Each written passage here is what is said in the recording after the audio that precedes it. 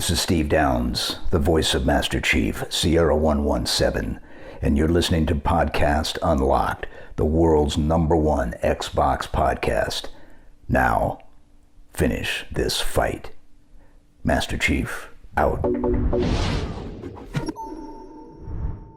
What's happening, everybody? Welcome to Podcast Unlocked, episode 475, the final IGN Unlocked episode here of 2020. And sending us out in style is none other than Tim Schafer, one of the newer Microsoft employees at Double Fine Studios, just down the way from what used to be when we had offices. They were just down the way from us, and now who knows? But Tim Schafer, welcome. Hello. Thanks for having me. Nice to be here. I got to pause for applause. This is where everyone's going to clap, right? Great. And it's nice to be introduced as someone new. I feel so old these days. Like, yeah, no, you're the new guy. You're the new fresh guy young fellow at Microsoft. Mm-hmm. Were you hazed at all at the first sort of team dinner of all the new studio heads? Yeah, did Brian Fargo put any sort of salt in my dessert? No, I will. Not that I know yet. The real hazing is, it's coming. My cats are coming to haze me. This is another risk. There's another kitten that's going to ruin this interview. Sorry. Oh, here we go. No, they're enhancing it. The viewership is going up. Yeah, more cat cats. buzz. Yeah. The internet and cats. It's the money in the bank. But yeah, I do feel like the new kid's still there, but as soon as we ship our first game, I think that's the rite of passage, right? Yes. You shipped a game now, and now you're you get the little blazer. There's probably some green blazer or something we put on, and we're in the club. Like at the Masters when you win the Masters golf tournament. Exactly. Yeah. Exactly. So a little background on Tim. I'm sure our audience knows Tim Schafer, but Tim, you worked you came up at LucasArts as a designer there on the classic point and click adventure games, just so many of them. The glory days of adventure games. You founded Double Fine in 2000, striking out on your own, and so you guys have just celebrated your 20th anniversary as a studio, which is no small feat in really any line of work, but particularly video games. I mean, studios come and go, and these things happen, and you guys are soldiering on, stronger than ever after 20 years. Your resume includes the game behind me, Full Throttle, which is my favorite of your games. Grim Fandango, which is probably the most critically acclaimed of your games. Brutal Legend, probably one of maybe the cult classic of the games you've made. Broken Age, which was sort of a revolutionary game in terms of how you guys developed it, and you filmed the entire development process. You crowdfunded the whole thing. That was a heck of a thing. And then of course, back in the LucasArts days, Monkey Island, Day of the Tentacle. I mentioned Full Throttle and Grim Fandango. And Microsoft acquired you guys in 2019, a little over a year ago. So I wanted to start with you because you and I have talked. Well, we talked Full Throttle earlier this year for that game's 25th anniversary. Oh my God! But I haven't had a chance to really talk to you about just now, about the present day of how Double Fine is doing and what you guys are up to, and Psychonauts 2. I wanted to start with the Microsoft acquisition. I mean, we kind of jokingly talked about it at the top there, but can you walk me through that? I mean, I watched your fellowship video again this morning that you made, which of course went into extreme graphic detail of how the acquisition came about. You mean the one that's 30 seconds long? That one? Yeah, that one. Where they offered us a bunch of money and we thought about it and then said yes? Said yes, yeah.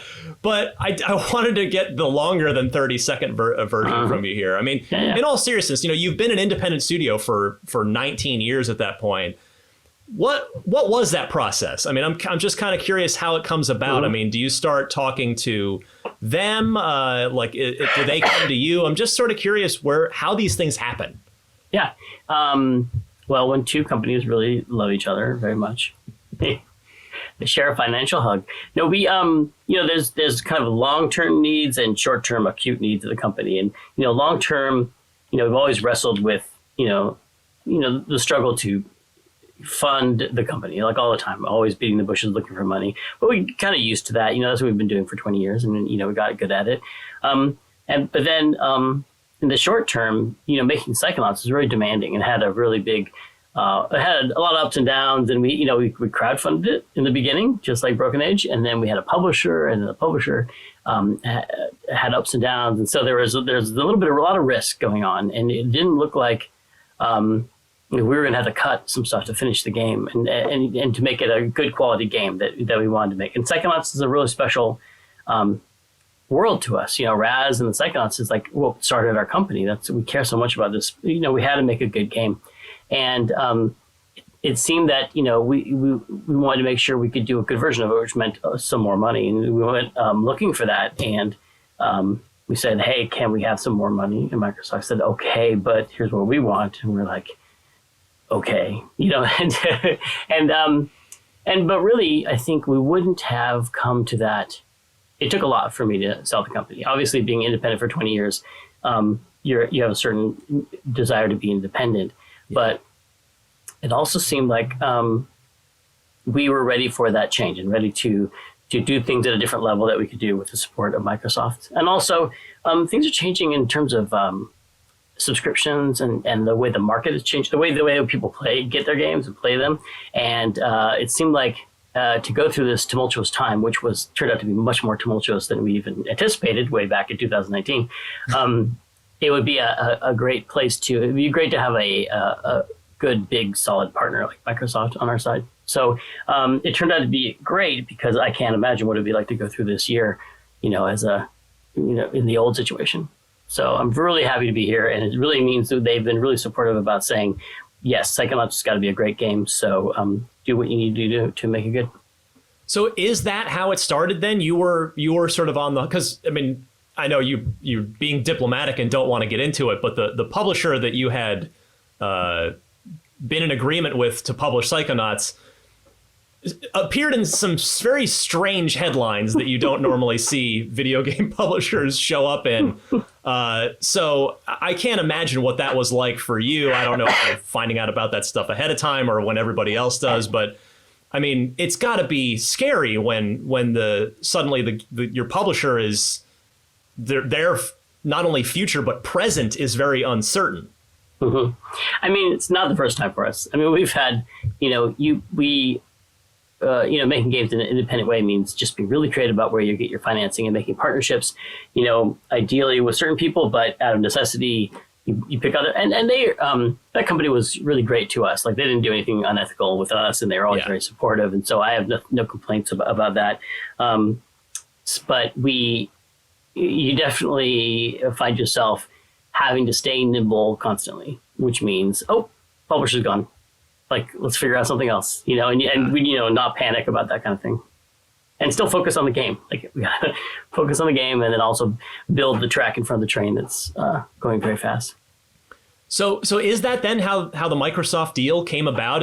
Were you talking to Microsoft about, hey, can you guys help us pick up the slack, maybe, finish the game? And then it turned into, well, how about we just make this a permanent thing?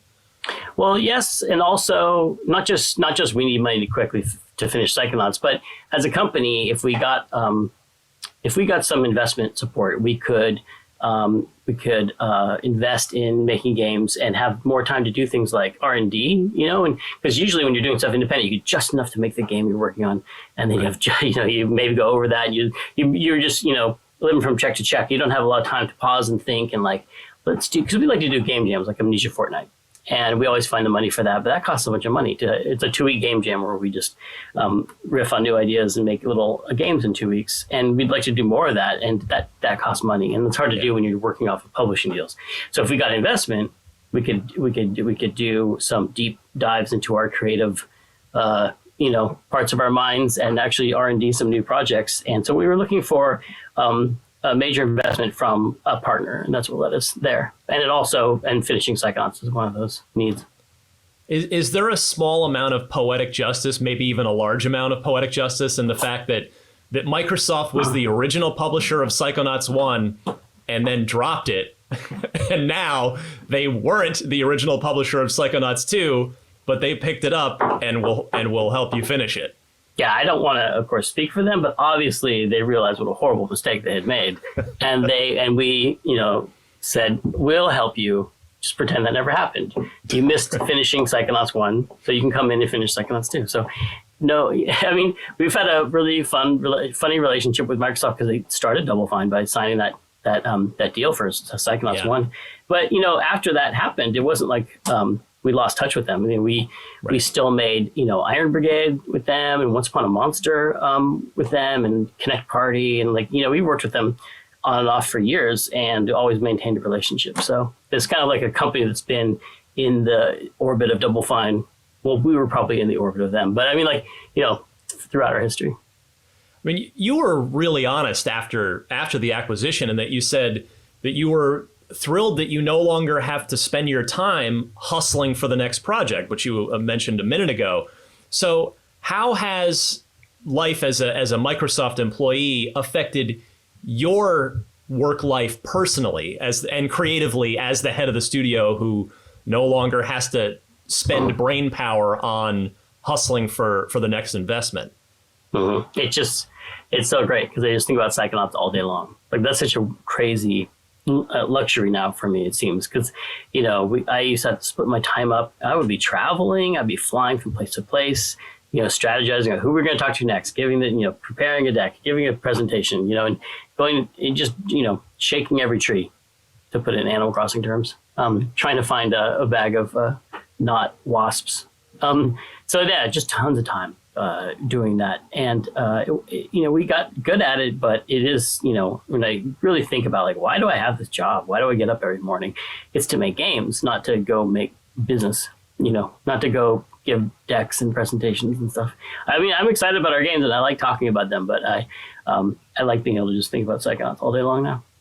Did it get exhausting of just the constant pitching and the constant fretting over the financial side and keeping the studio open? I mean, yeah, in a very low level, constant way, because there wasn't, it was many years of doing that, and so we got a rhythm to it. But you have to, I think, be philosophical about these things when you reach my advanced age. you gotta think about it's easy to slide into doing things with your life that are distracting, or because you have to do them, and I think it takes a lot of effort to keep focusing on what do I love to do. I like to make games, I like to write dialogue, I like to design, I like to work and collaborate with a team, and I gotta keep pushing so that's what I'm doing every day instead of pitching and doing business. How has work life changed for you since the acquisition, besides the current work from home situation? Well, we got cats, which has been a little distracting as they're threatening to come sabotage my camera. You stay there. Work life has been, like I said, focusing on the team, focusing on the project, and it's hard in some ways to see what it'll be like in the long term, because right now it's all Psychonauts all the time because we want to finish this game, and that's making sure no one's waiting on writing from me, and it's been so overshadowed, of course, by doing all of our work via conference like we're doing. I mean, video conferencing like we're doing right now. So it's hard to separate those two things. But I think we'll know in the fullness, next year, we'll know what it's really like when we can actually hang out in the office and fly places, all these weird exotic concepts. Now, you mentioned Amnesia Fortnite earlier, pardon me, and Double Fine had really, by design, moved away from larger scale, full studio, financially, I guess, with all due respect, riskier projects in terms of, if this doesn't do well, we're all in trouble. That was after Brutal Legend. And in the years since then, you guys have released a lot of just wonderful smaller games over the past decade. I mean, you mentioned a few of them. I mean, Stacking is another one of my favorite. Quest. Yeah, exactly, which has turned into an awesome cartoon now, an animated series. So will the acquisition now allow you to focus the whole studio on one big project moving forward? Or will you kind of continue to... Is Psychonauts a bit of an exception and you'll kind of continue to just have multiple smaller teams doing smaller projects? Yeah. It seems like we do all different kinds of things, because we do. And there's no one rule for what a Psychonauts game is. Is it big? Is it small? Is it funny or serious? But I would say the thing that's consistent over all those games and years is that we're an inspiration-driven company, creatively driven company. So if we get an idea, if it just suddenly, gets a hold of us, like, you got to make a big game. Like, that's probably, that's what happened with Psychonauts. Like, I got this itch after Broken Age. Like, I want to make a big 3D world. I haven't made a big 3D world in a long time. And, before Broken Age, it's like, I want to make an adventure game. And the team has these ideas too. So that's what our game jams are about bringing those ideas out for the whole team. So it's impossible to predict the future because it is based on what great ideas we have. But we're really fortunate to be able to pursue those. That's where I think the best game's from. It's a labor of love that someone got an idea and that we are lucky enough with Xbox's help to pursue it to its fullest version. And now, I mean, you mentioned the changing game consumption model, and you were really alluding to Xbox Game Pass, I think, and it seems like you guys are a great fit for that, where you're making these creatively inspired things that are perfect as games that fit into that discoverability model of Game Pass, where it's versus the traditional model. Someone's much more likely to go, oh, that seems kind of interesting. I'm just going to download that and check that out. Is it? Are you guys sort of exceptionally excited about the Game Pass proposition of being part of Microsoft? Yeah, definitely. I felt like that was the thing that really clinched it for me. It was like, I see our home on Game Pass, because a lot of our games, we try on purpose to make games that people don't know what they are right at first glance. Like, if you look at a game from Double Fine and you're instantly comfortable with, like, I know what that's going to be. Like, I feel like we haven't done our job, right? Which it makes it hard in some ways to reach certain people. But when the barrier is so low because you already have Game Pass, you see all these games. So we already have 4 games up there now. We already have the 3 remasters, and our friends at Film Sword, we helped with Knights and Bikes. And so there's already a bunch of games up there from Double Fine, Double Fine Presents. And that feels great because people can, people who've never heard of Full Throttle can just see Ben on his bike and be like, what is that? Well, let me check that out. And be really open to it, because I think all these games have had such a long life, like Throttle from '95, and still reach new people in that way too. And then we put out new ideas. We can, I feel like, take more chances and do things that seem even stranger. But if someone's compelled to just it's worth a download, then find it, and then hopefully be more interested in our next game. And they should download it if they see an interesting dude on a dystopian futuristic motorcycle. They should absolutely download it. Kind of on that note, do you have a favorite game of yours from your career? Because your resume is so long and decorated at this point. Like, is there one that stands out where for whatever reason it's like your favorite game that you've made? It's really hard. I mean, because they all do something really different. Full Throttle was really where I was really inspired by a screenwriting class I took to be really cinematic, and I felt like we really pushed that aspect of it. But Grim Fandango had this amazing group of artists and musicians and people and actors coming together, and it was so amazing to work with that group. And Brutal Legend was such a personal fantasy, because it's like all these little things that have been floating around in my head since I was a teenager listening to heavy metal, I put into a game. And Psychonauts is just so important to the company and our identity and who we are, and love those characters. One I often point to as my favorite, though, is Happy Action Theater, or Connect Party, which is this Connect game that we made, probably the least known of all of them. I remember it, yeah. Yeah, people playing that game are so happy. It's you play, the face of someone playing an adventure game is usually focus, concentration. You watch someone play Connect Party, they're just jumping around, and they jump like little kids and grandparents and the family dog. Everyone can just jump around and be on screen, interact with that game, and it's just it's a fun thing to see, something that you and the team made, bringing so much happiness to people.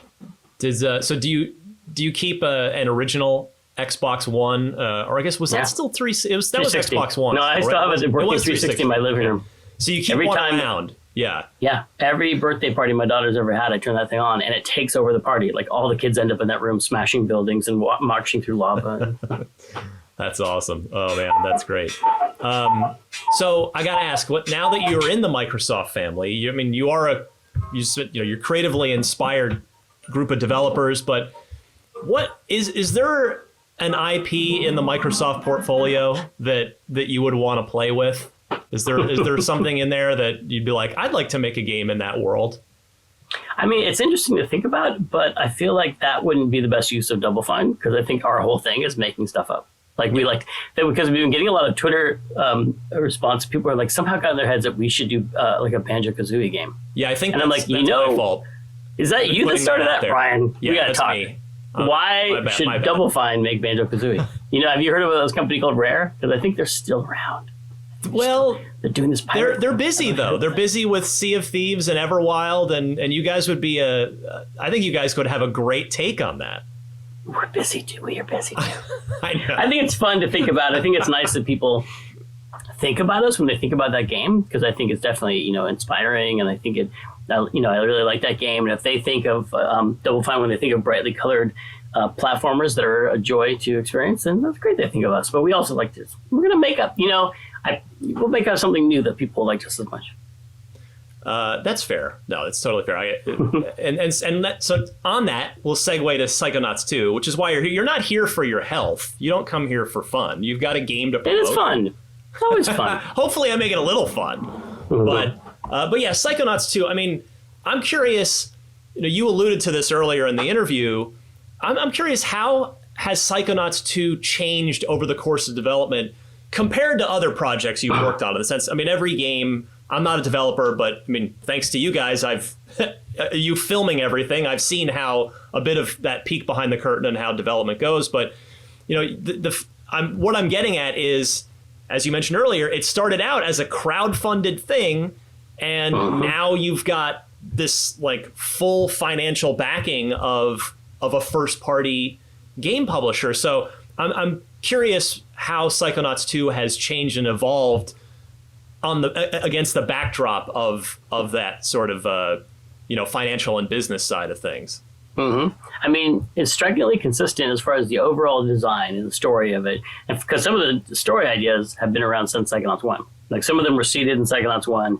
We've been starting this foreshadowing the story things that I thought I would get to eventually. And so the fact that this is now paying off, there's something that happens at the end of Psychonauts 2 that, like I set up, years and years ago, and it's finally paying off. So in that way, it's been having that goal in mind has kept it very very similar. It's gone through a lot, but by definition, a Psychonauts game goes through a lot of turnover in back to the drawing board type situations, because it's not like what you're making before you start. Like it's not like you have a level where this is the airfield, we're going to do the assault on the airfield, and this is that looks like an airfield. Okay, let's move on. And like usually it's like, okay, this is a world inside the mind of a person with this kind of thing going on in their head. How do we capture that? And is this something people have seen in the game before? Is this new and fresh? And you look at it like, no, this is wrong. Throw it all out. Start over again. And that's why they take so much time, because of these, they're not just handcrafted every level an individual thing, but they're often something, they're reaching for something really new that doesn't seem like a game you've played before. And so just like the first game, like it took a long time to find the levels, to find what the levels were. And now I feel really good about where they all ended up. And now we just have to wrap it up. So, yeah, on that note, kind of what is the state of Psychonauts 2 at the moment? I mean, you guys, I don't think you've ever actually given any sort of concrete release window, but I know prior to the pandemic, I figured based on following, I think I'm sure I was an original Fig backer of the project. And I kind of thought that, 2020 was going to be the year for Psychonauts 2, and certainly 2020 has had other plans for all of us. But kind of where are you guys? Where are things at? I'm not trying to goad you for a release date, because I know that's not a thing that you're going to give. But just kind of where is the game right now? I mean, 2020 definitely did not help speed up development of Psychonauts, but we are mostly have everything now in the game. Like if you worked in game development, the fact that I can say that we're starting to work on the end credits, like I think kind of shows you where we're at. If you, or at least for us, like by the time we're working on end credits means we pretty much are closing in on finishing the game. But we're mostly moving on to polishing stuff that's in the game already. And it's kind of interesting. I've become a streamer within Double Fine, in that I play the game like 3 times a week, I'll play the game and I'll start like a Zoom call and I'll share my screen. And everyone in the company who wants to can just pop in and watch me play and hear me talk about stuff. And we record the whole thing and then we take notes on the whole thing. And it turns into polished tasks for people. I'd be like, I don't like how this thing is moving. And it's really funny because, I feel like I should say like, share, and subscribe at the end of every video because I'm now streaming for the company. Ring that bell.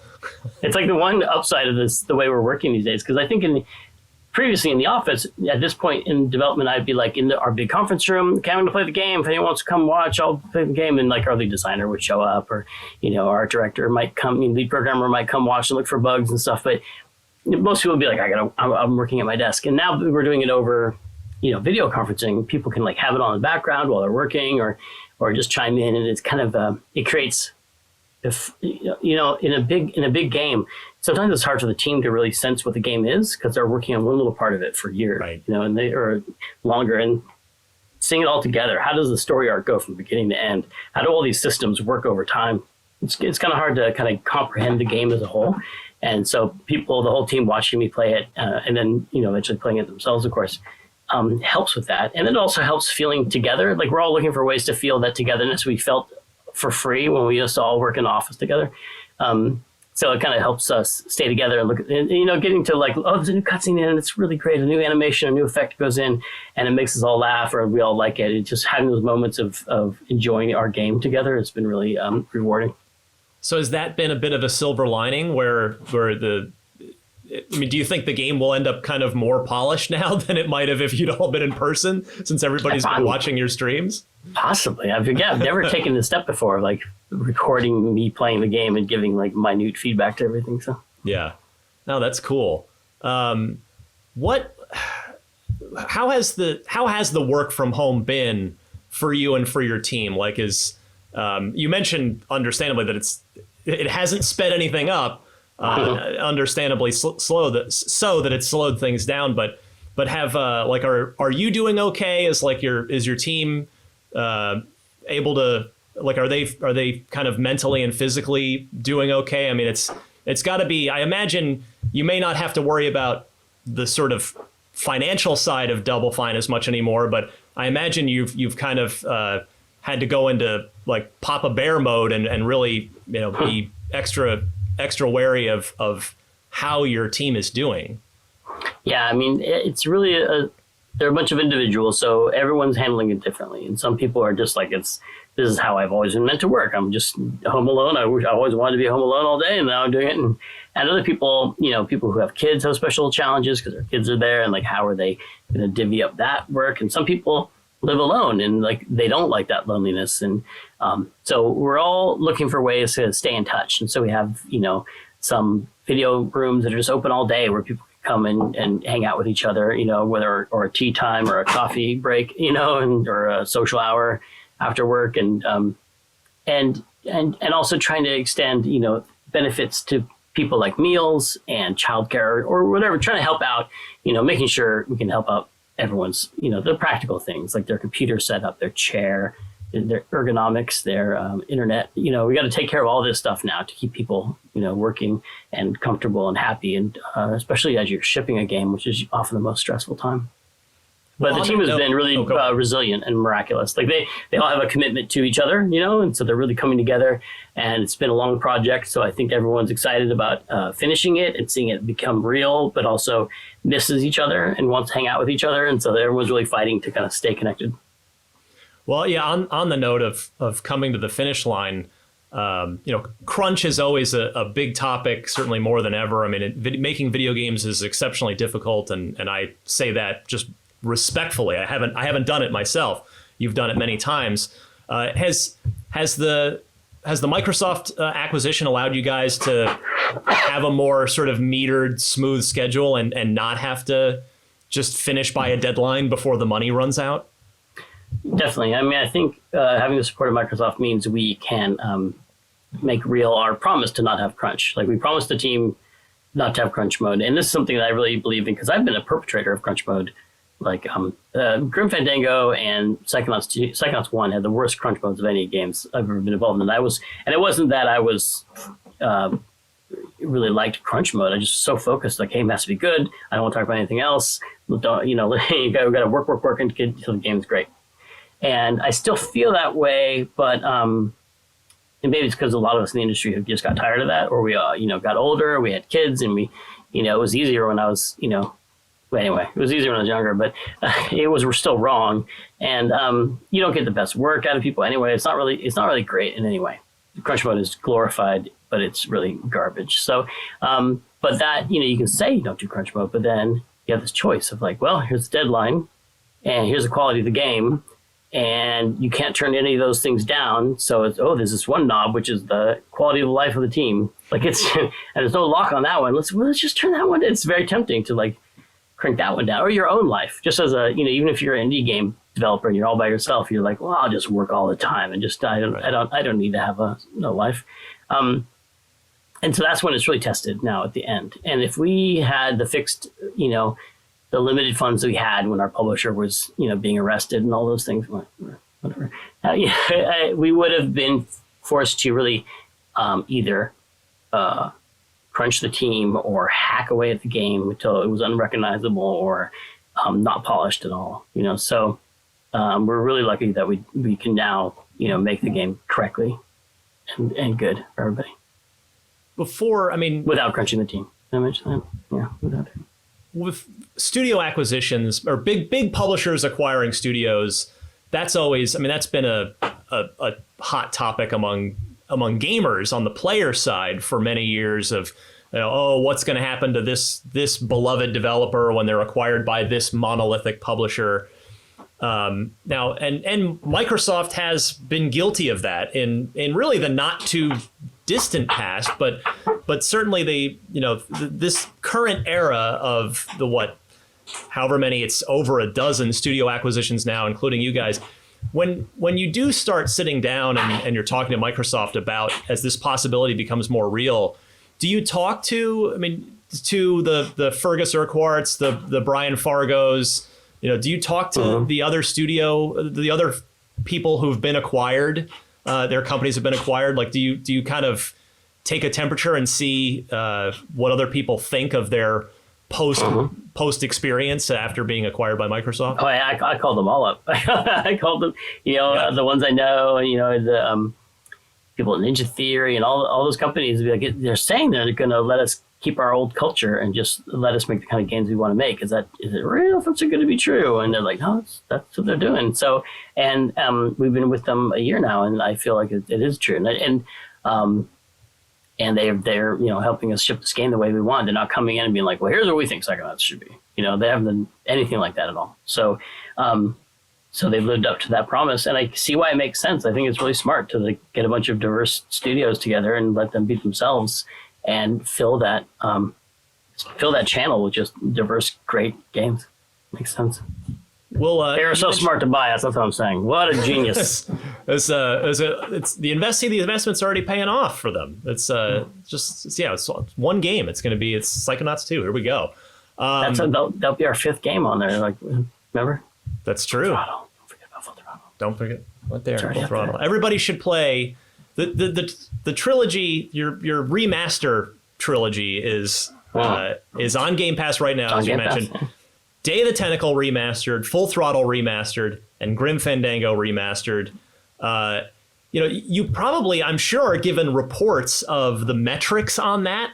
Like, do you feel like those games have a renewed life now that they're not only on yes, they've been on PC and then PlayStation 4, but now another new platform with Xbox and Game Pass. Have those three found a new life now based on what what reports you get from Microsoft and what you see in the community and what feedback you get about people playing them maybe for the first time? Yeah, I definitely see more people streaming them and talking about them on Twitter, and that's super exciting. It was fun for me to get, I got my new shiny Xbox and plugged it in, and I was able to download almost every game ever made. Like, they're all out there. Some of them I'd bought previously, and I don't think you could still buy, but I was able to download all, Costume Quests and the special edition of Monkey Island was up there. Like, every single thing that is in some version of the store. And Iron Brigade is in the Games with Gold. You bought that in Games with Gold. I've got to be careful what I say now because I bought a lot of stuff at the time, and maybe some of that's in a different. I don't know, but anyway, everything. It was exciting. Right? As far as back catalog goes, it was great to see that if there's a wealth of Double Fine and LucasArts history up on the Xbox store. Well, on that note, could you convince Disney and Microsoft to let you do a special edition or remaster of The Curse of Monkey Island? I don't know if, I know Ron Gilbert. I didn't work on that one. I don't know This if is another Banjo-Kazooie for you. Board, but maybe Rare could do it. Are you done with, is that sort of chapter done for you think? The kind of bringing back some of your previous titles to have them historically preserved and brought to new audiences? Is that chapter closed and it's now that you've got Microsoft's support? Is it all going to be new stuff from you guys from here on out? Definitely am very inspired right now to make us something new from scratch. Because starting with Broken Age, I was looking back in a way to do adventure game and then the remasters, and now we're doing a sequel, which is going to be great. But it'd be great to make up something brand new. That would probably be the next thing we do. But if these things kind of come together, there have to be, we talk about these companies like they're companies, Xbox and Disney and stuff, but they're really people. And there's people in those companies who are interested in different things. And there were people at all these companies at one point who were like, let's start these remasters. And that's kind of why they happened. And those people move around. And if those kind of stars align again, where there's people on all sides that want to make it happen, we wouldn't say no. I mean, I just like helping it happen. With some of the games, because we did all the games that I worked on mostly. And I would love helping out if the other original creators are interested and if all the companies were interested, helping that process come about. Because it was about not just preserving the old games, but preserving the memories of the teams, the commentary of the teams and finding out, who they were at the time they made these games and how that affected what the games are. And really building a revisiting of the project in a big way and finding all the concept art and getting the original voice and music recordings off the tapes before they crumble. That's the stage we're at. Like all the right. Trying to find a SCSI drive so you can get that uncompressed music and so it's a rewarding thing to do, like film preservation or something. It's like rescuing these old games and then adding cool lighting effects to Manny's cigarette, stuff like that. Got to do it. You kind of touched on this a little while ago when you're talking about how the pandemic is affecting your team. And obviously, as you mentioned, it's a group of individuals and different people are kind of handling it differently. Do you feel like, we're not out of the woods with this yet, but do you feel like the pandemic will have any permanent effect on Double Fine in the sense of, will you have more remote hires or people working from home full time or that sort of thing? Do you anticipate the studio's culture or practices changing in a sort of long-term way? Some of the practices that we've learned, like me streaming the game with a team, I think we'll start adding to the things that we just normally do. But I think we'll have more empathy for those remote workers we already have, because we've had a handful of people working around the country, and we do our best to have them participate in meetings, but it's always been kind of like, well, they can see the meeting on this Skype or something, and now that we're all doing it, we're like, oh, that experience really was not optimal. And we rearranged and made things more accommodating for remote work like we've all done. And so I think we'll all be a lot more empathetic to our remote staff. But I don't know if we also learn the value of being together too. So I don't know if we'd want to have more of that. By the way, bonus points that you mentioned Skype, a Microsoft product, rather than Zoom or Google Hangouts. Yeah. You're staying on brand there. Good job, Tim. That's what we used to talk to people with before this all started. I guess to close out, back to Psychonauts 2. I'm super excited for it. It's a game that goes back to the beginning of. I'm a barnacle on the side of the games media world at this point. I've been around for 18 something years and I remember when Psychonauts was a hotly anticipated game for the original Xbox and exclusive for the original Xbox. And for anybody that maybe hasn't played it, sell them on Psychonauts 2. Because it is a unique, wonderful thing. I hope if it's anything like the first one, give me the sales pitch on Psychonauts 2 and what makes it unique and special. Yeah, it is a really special game because it's all set inside of people's minds, so the ability to do environmental storytelling and character development at the same time. So to explain, it's because our main character is named Raz, and he's a 10-year-old acrobat.